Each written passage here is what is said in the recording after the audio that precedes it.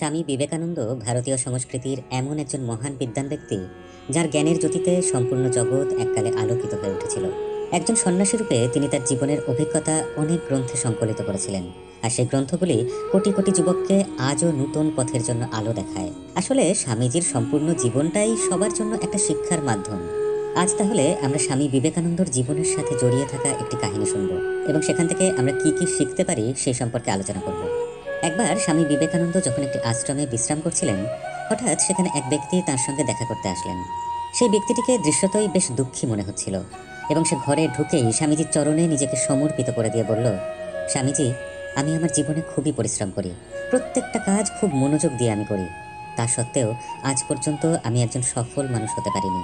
সেই লোকটির কথা শুনে একটু ভাবনা চিন্তা করার পর স্বামীজি তাকে বললেন, ঠিক আছে, এই আশ্রমে একটি পোষা কুকুর আছে, তুমি তাকে একটু বাইরে থেকে ঘুরিয়ে নিয়ে এসো, তত সময় আমি তোমার সমস্যার সমাধান খুঁজে বার করছি।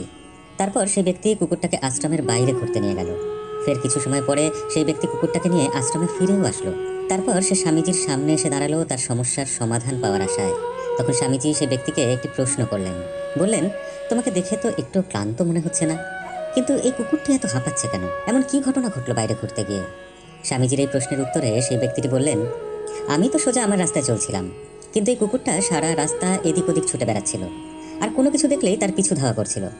সারাক্ষণ এরকম ছোটাছুটি করার ফলেই ও এতটা হাঁপিয়ে গিয়েছে। উত্তর শুনে স্বামীজি একটু হাসতে হাসতে তাকে বললেন, তোমার প্রশ্নের উত্তর কি তুমি পেয়েছো?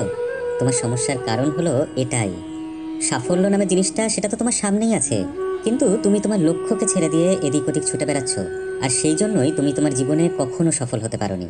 স্বামীজির এই কথাগুলি শুনে সেই ব্যক্তি তখন বুঝতে পারে যে সে জীবনে কি ভুল করে চলেছে।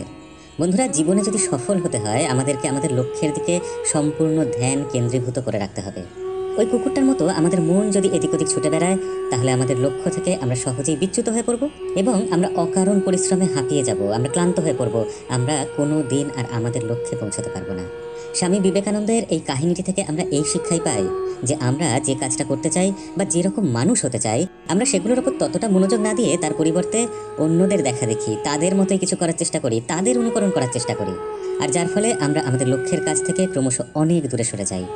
হয়তো লক্ষ্য আমাদের সামনেই আছে, কিন্তু আমরা এদিক ওদিক ছুটে কোনো দিন লক্ষ্যে পৌঁছতেই পারি না। সেই জন্যই যদি জীবনে সফল হতে হয়, তাহলে সবসময় নিজের লক্ষ্যের ওপর ধ্যান কেন্দ্রীভূত করে রাখতে হবে। বন্ধুরা, আজকের ভিডিও এই পর্যন্তই। ভিডিও যদি ভালো লেগে থাকে অবশ্যই লাইক, শেয়ার এবং সাবস্ক্রাইব করে রাখবেন। তাহলে দেখা হবে পরের ভিডিওতে।